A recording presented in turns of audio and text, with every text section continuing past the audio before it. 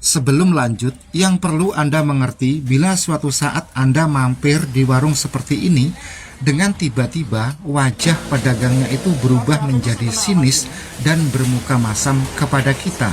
Padahal harga kopi atau minuman yang lain dan jajanan yang kita bayar melebihi harga batas kewajaran atau mahal.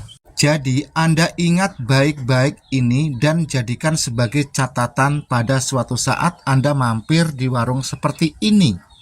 Lokasi sebelum Sambeng kalau dari Ngimbang. Sambeng. Jadi ke depan itu ke arah Sambeng, sebaliknya kita ke arah Ngimbang. Desanya Tlogo. Oke. Nah, teman-teman, inilah warung Entel. Kopi mie sama aqua 35.000. Dan warung ini pokoknya ya itu tadi lah. Oke, kita lanjut konco-konco.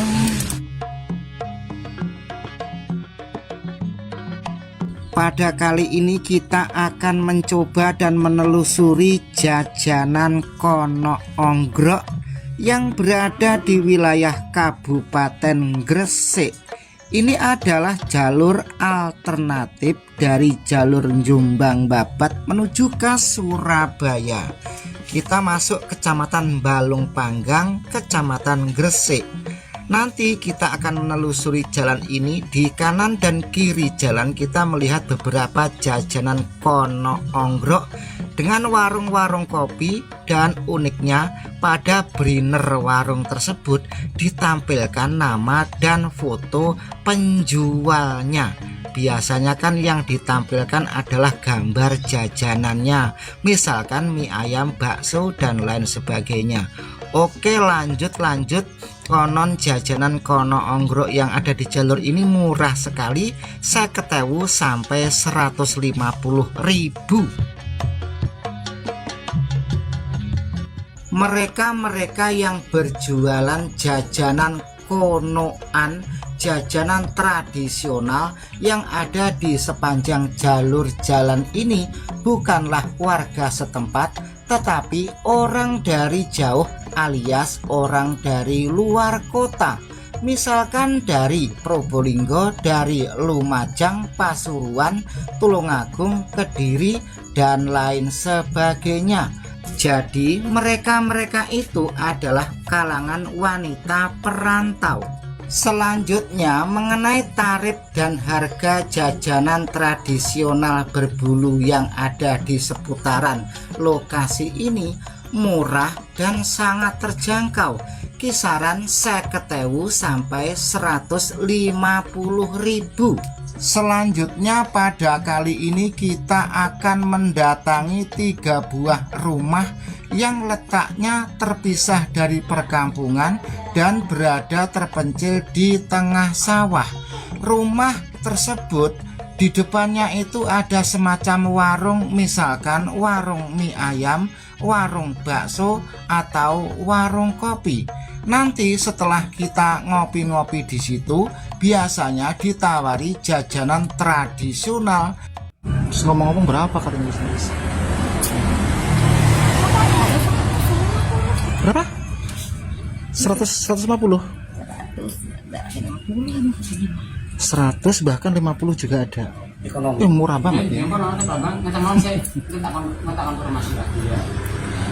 Ya Allah, 50.000 ya Mbak, ya udah dapat gitu. Kalau enggak, yang kadang orang yang ngopi itu kan disamaratakan.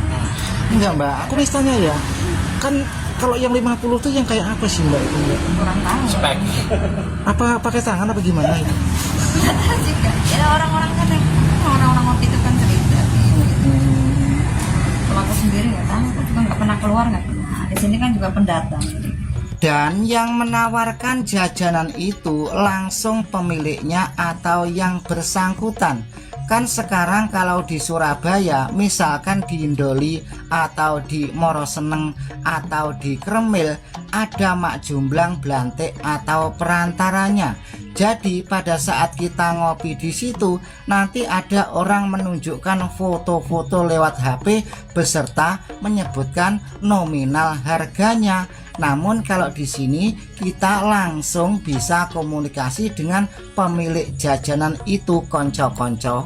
Nah, baiklah konco-konco, marilah kita berjalan OTW menuju ke beberapa rumah yang terpencil berada di tengah sawah tersebut. Kita awali dari pertigaan tadi ya. Dilanjut untuk lebih jelas dan gamblangnya, ini adalah jalur alternatif dari Balung Panggang menuju ke Surabaya. Ini namanya pertigaan Sumber Mbang Sri. Nah, jadi nanti kita masuk pertigaan itu dari sini sekitar 2 km.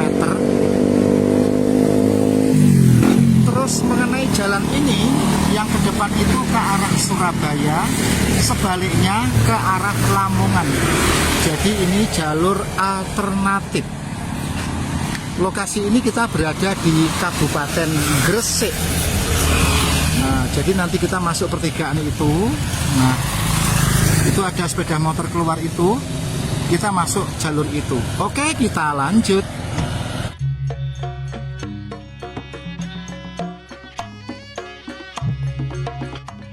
Teman-teman dan konco-konco, lokasi yang akan kita datangi ini dari pertigaan ini sekitar 2 km. Kita telusuri jalan perkampungan Paping ini.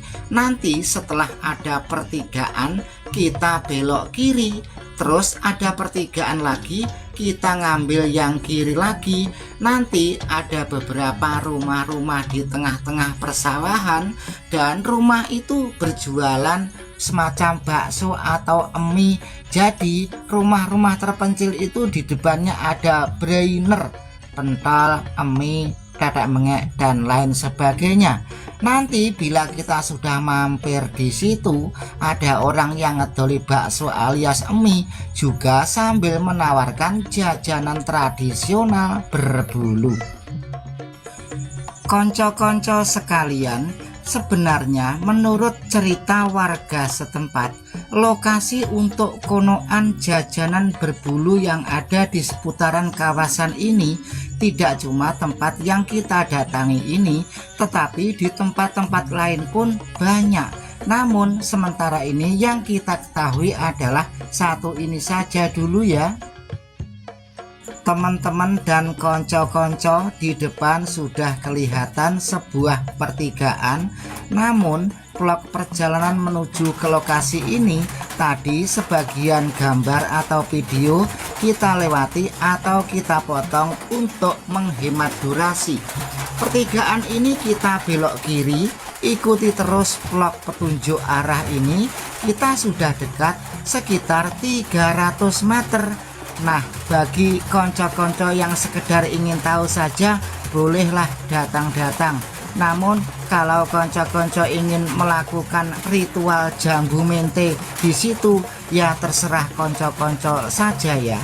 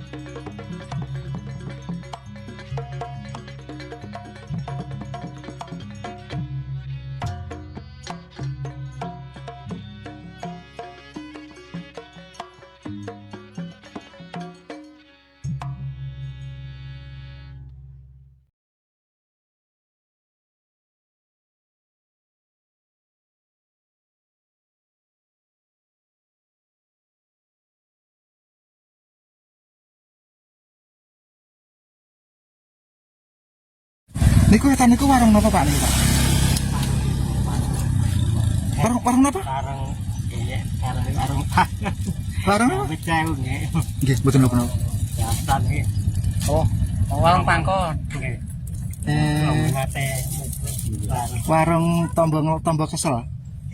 Berarti niku warung katakanlah kasarane warung nggih kelon. Nggih. Kapan nggih? Kalau Sariawan Pak mboten minum. Nggih. Warung nggih kelon. Enten niku. Non? Sekali. Saya berjalan tenor nopo tentang mulai cakep. Oh, gak enak deh, Pak. Pak ada. Kasarane kan warung nggih turu ngono, Pak. Apa? Kita gula. Mboten. Oke, apa lah. Tenang. Tenang mawon.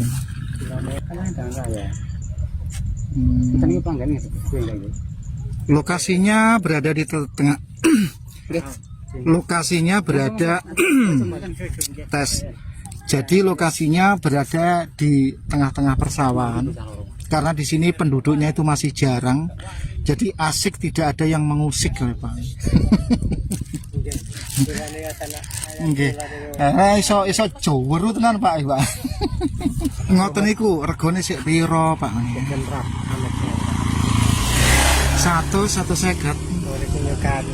Delep? Oh, saiklase. Masya Allah, Mas. Saiklase, Mas, ngono, Mas. Saiklase. Jadi ning kono iki saiklase, Masya Allah.